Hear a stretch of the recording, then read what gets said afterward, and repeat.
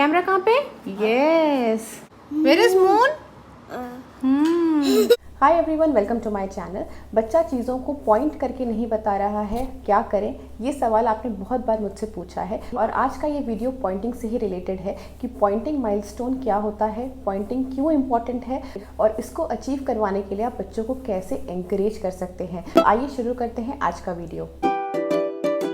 Poynting basically होता क्या है? दूसरे डेवलपमेंटल माइलस्टोन के जैसा ये भी एक माइलस्टोन ही होता है। इसको प्री वर्बल स्किल भी बोलते हैं, यानी कि बच्चा कम्युनिकेट तो करता है लेकिन उसके पास वर्ड्स नहीं है, तो उसके लैंग्वेज का जो रूट है, जो फर्स्ट स्टेज होता है, वो यहीं से शुरुआत होती है उसकी पॉइंटिंग से।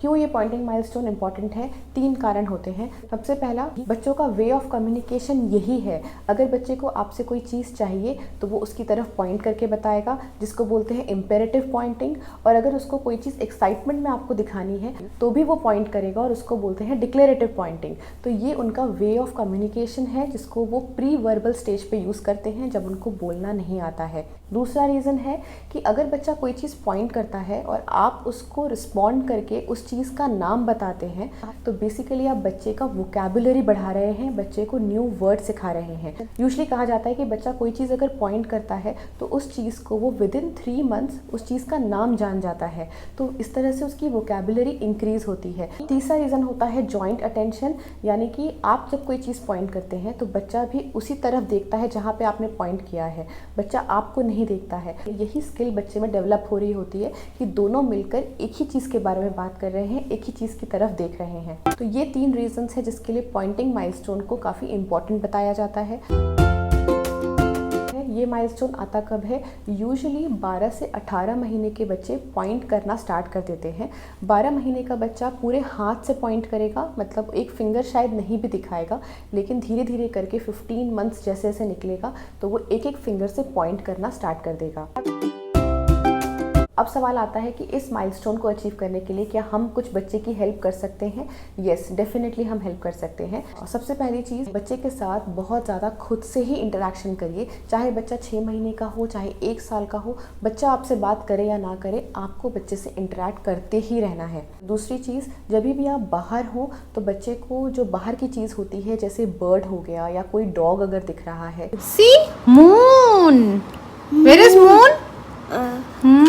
ऊपर स्काई में अगर मून दिखता है या फिर स्काई की तरफ आप पॉइंट कर सकते हैं कि वो स्काई है, तो आप भी जब फिंगर से पॉइंट करेंगे तो बच्चा आपको इमिटेट करेगा, तो आपको उसका एग्जाम्पल बनना है। तीसरी चीज़, पहले पास की चीज़ों को पॉइंट करना सिखाइए, ताकि बच्चा जब पॉइंट करे तो बच्चा बाद में जाके उसको टच भी कर सके। उसके बाद दूर की चीज़ों को पॉइंट करना स्टार्ट कराइए। तो बेबी को कौन सा टॉय पसंद है इसमें से? ये या ये ओके। वहाँ से वो ग्रीन वाला क्वेश्चन लेके आओगे, ग्रीन वाला वहाँ से। के बाद नेक्स्ट है बुक रीडिंग, जिस पे मैंने हमेशा ही स्ट्रेस दिया है।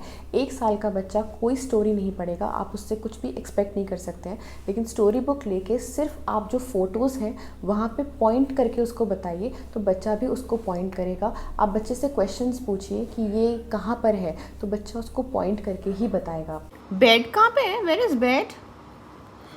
बेड दिस इज बेड और this is bed? And this is Pillow. This is pillow. This is bonfire. Where is bonfire? Gone fire. उसके बाद नेक्स्ट चीज़ आप कर सकते हैं कि बच्चा अगर पूरे हैंड से पॉइंट करता है तो आप अपना हैंड उसके हाथ के पास लेके जाइए और बाकी के फिंगर्स को फोल्ड कर दीजिए और उसका बस एक फिंगर रहेगा, वहाँ पे वो पॉइंट करता रहेगा। उसके बाद कुछ एक्टिविटीज़ होती हैं जिसमें कि इंडेक्स फिंगर का काफ़ी यूज़ होता है, और अगर बच्चे को इसको यूज़ करने की आदत होगी तो पॉइंटिंग में भी बच्चा उसको यूज़ करेगा। जैसे कि आप फिंगर पेंटिंग करा सकते हैं बच्चे से, एक ही फिंगर लेकर कलर में डिप कराइए और बच्चा उससे कोई भी पेंटिंग या कुछ भी अगर उसको ड्राइंग करना है तो वो करेगा। उसके बाद कोई भी प्ले डो लीजिए और फिंगर से बच्चे को बोलिए उसमें होल्स पोक करने के लिए, तो वो भी बच्चे को हेल्प करता है इस फिंगर को यूज़ करने में। उसके बाद एक तरीका होता है कि सोप बबल्स आप घर पे बना सकते हैं। इस तरह से सोप बबल अगर ब्लो करेंगे तो बच्चे उसको बर्स्ट करने के लिए अपना फिंगर ही यूज़ करते हैं। और मेरा बेटा उसको हाथ से कभी कभी बर्स्ट करना चाह रहा है, कभी कभी वो फिंगर यूज़ करता है। तो जब भी बच्चा पूरा हाथ यूज़ कर रहा है तो आप उसको एंकरेज करिए कि फिंगर से करे, ताकि उसकी पॉइंटिंग भी इम्प्रूव हो। किसी भी तरह का अगर टॉय है आपके पास जिसमें कि पुश बटन्स हैं, कि बटन प्रेस करके कोई म्यूज़िक चलता है, तो इस तरह के टॉयज़ आप उसको एंकरेज करने के लिए दे सकते हैं। उसके बाद नेक्स्ट चीज़ जो हम कर सकते हैं वो है कि बच्चा जब भी फर्स्ट टाइम पॉइंट करे या कभी भी अगर वो पॉइंट करता है तो आप हमेशा उसको एंकरेज करिए, उसकी बातों को रिस्पॉन्ड करिए। अगर उसने कोई ऐसी चीज़ पे पॉइंट किया है जिसका उसको वर्ड नहीं पता है, आप हमेशा उसका वर्ड, उसका मीनिंग उसको बताइए कि वो किस चीज़ को पॉइंट कर रहा है। कुछ स्टडीज़ में ये भी बोला गया है कि पॉइंटिंग जो होता है वो बच्चे की लैंग्वेज एबिलिटी को प्रेडिक्ट कर सकता है कि बच्चा लेट टॉकर होगा या बच्चा अपने टाइम पर अपने माइलस्टोन के हिसाब से बोलेगा। तो बच्चा अगर पॉइंटिंग टाइम पे कर रहा है तो हो सकता है कि उसकी वोकैबुलरी एज पर माइलस्टोन ही आए।